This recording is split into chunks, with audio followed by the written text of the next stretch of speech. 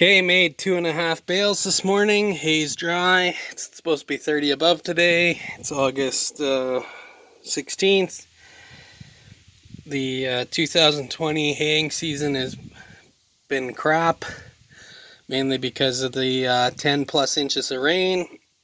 The weather people are super helpful and they tell you it's supposed to be a week of sunshine, and then you barely get one day into it and it monsoons and then dries up for half a day of monsoons, so that's always helpful. Anyways, this case Baler 8460, I took out a flange on a bearing on the pickup a couple weeks ago, checked everything over while I was in there, looked fine, bought a couple spare bearings and flanges just in case, and made 2.5 bales this morning, and one of the flanges broke and possibly the bearing. So anyways, the unfortunate part is you have to take off all these stripper bands, or this is the easiest way to do it, is you take off all the stripper bands, you undo it there, you undo it there, you pull that whole row of teeth out, you bench it, you put the flange back on properly on the bearing, you put it back in, you put all your stripper bands on. It's about a 2-hour deal.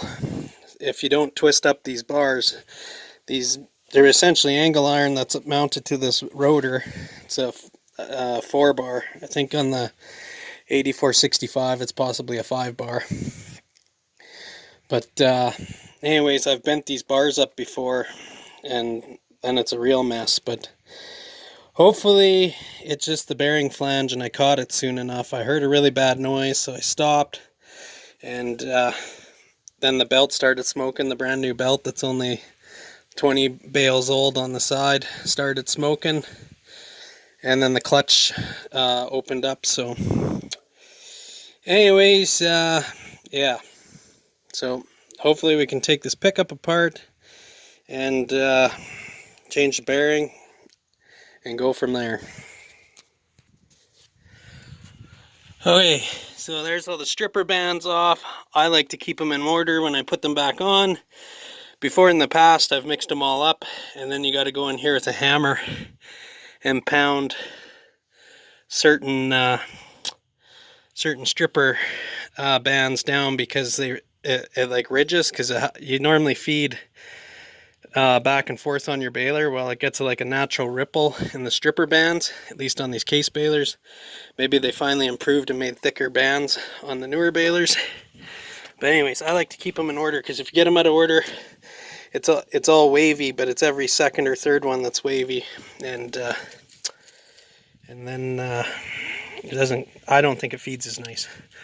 So anyways, there you can see the bearing and the flange is broken, and it's supposed to be down there, right there.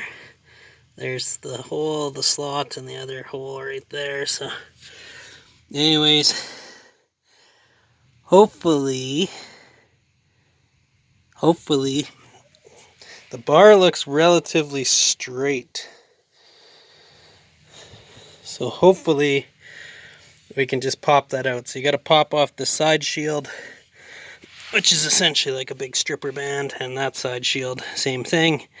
Take off the chain guard over there, and then you just go in with a wrench. The other alternative I've done in the past is you take off that cast iron timing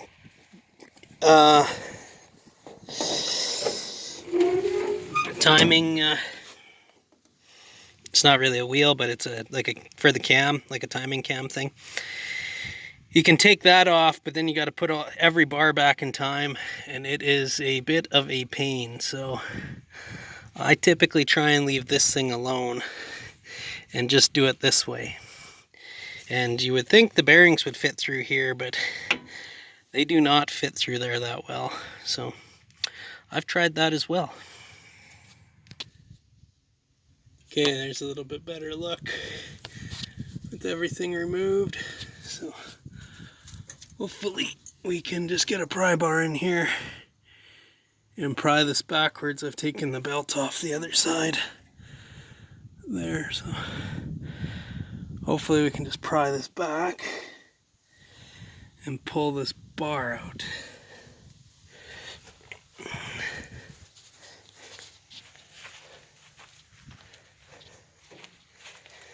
So there's the belt, it's off the tensioner. Just resting on there more or less, hanging on the jack. And then, no, it's jammed. Gonna have to get a pry bar and pry that back. So there we are, I got it pried around.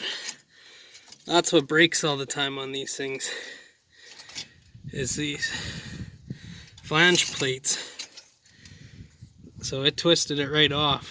I suspect this one almost lost a bolt because it's not here. Last time it was in here. But that one there, so anyways, you have to pull this bolt out, then you can take this out, and then you go down there and you essentially pull these two flange bolts, and then the whole bar comes out. So that's where we're at right now. So there's the new flanges. They call it a bearing housing. And that's what they do, is they tear right off at the ears, just like that. So when you do that, it jams the pickup. So I'm hoping I can just change that, take this cotter key out, take that bolt out, that all comes apart. Change that flange, and then there's a second one in here that the ear got ripped off of. So I'm not too sure, I must have hit something, but I usually run with the pickup quite high. Mainly so if you get plugged, you just crank the pickup down and it's easy to unplug. But anyways, I'm thinking I must have hit a slug of hay or something that was tough or something. So, okay, anyways, I'll probably end it there. So yeah, really need to get this going. I've been down for 45 minutes now, so I'd like to get this back together and get back out there.